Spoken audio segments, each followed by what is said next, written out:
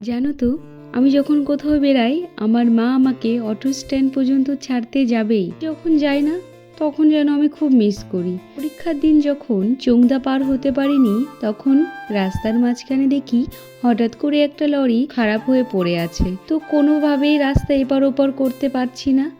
আমার ওদিকে টেনশন হচ্ছে, ট্রেন এটা যদি না পাই হাবড়ার লোকালটা, তাহলে আমি রিপোর্টিং টাইমের মধ্যে ঢুকতে পারবো না। আঙ্কেলকে একটু রিকোয়েস্ট করার পর উনি আমার কথাটা শুনে রাস্তাটা ক্লিয়ার করে দিল, আর দেখো আমি টাইম মতন হাবড়ার লোকালটাও পেয়ে গেলাম। পরীক্ষাটা আমার থার্ড শিফটে ছিল আর রিপোর্টিং টাইম ছিল 3টে, জন্য আমি 12:47 হাবড়া লোকালটা ধরে নিয়েছিলাম। শেষ করো, একা একা ট্রেন জার্নিটা সত্যিই ভালো লাগে না। ট্রেন থেকে নেমে আমি বিধাননগর থেকে অটো ধরে বা বাসে করে গেলাম TCS গীতবিধান। এখান থেকে গেট নাম্বার 1 থেকে আমাদের এন্ট্রি হবে, আর তার জন্য সবাই দেখো লাইন দিয়ে দাঁড়িয়ে পড়েছে। যদি শুধুমাত্র এক কপি ফটো আর আধার কার্ড আর অ্যাডমিট কার্ড ছাড়া কিছু অ্যালাউ করছিল না। যারা নতুন পরীক্ষা দিতে আসছো তোমাদের সবাইকে বলবো তোমরা প্লিজ সবাই একটু ভালো করে জেনে আসো এখানে কি কি লাগছে, তো তাতে তোমাদেরই সুবিধা হবে। তোমাদের আরো একটি কথা বলি, তোমরা যারা ভাবো যে ব্যাগটা ভেতরে রাখা অ্যালাউ নেই, এটা সম্পূর্ণ ভুল।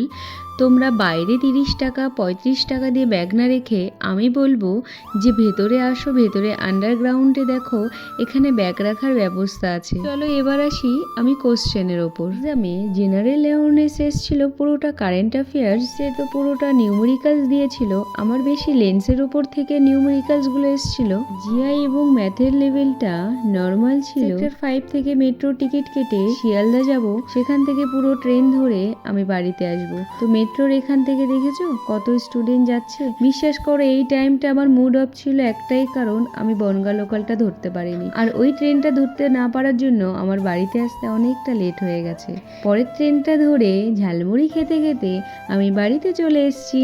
ভিডিওটি ভালো লাগলে সাবস্ক্রাইব করে দিও।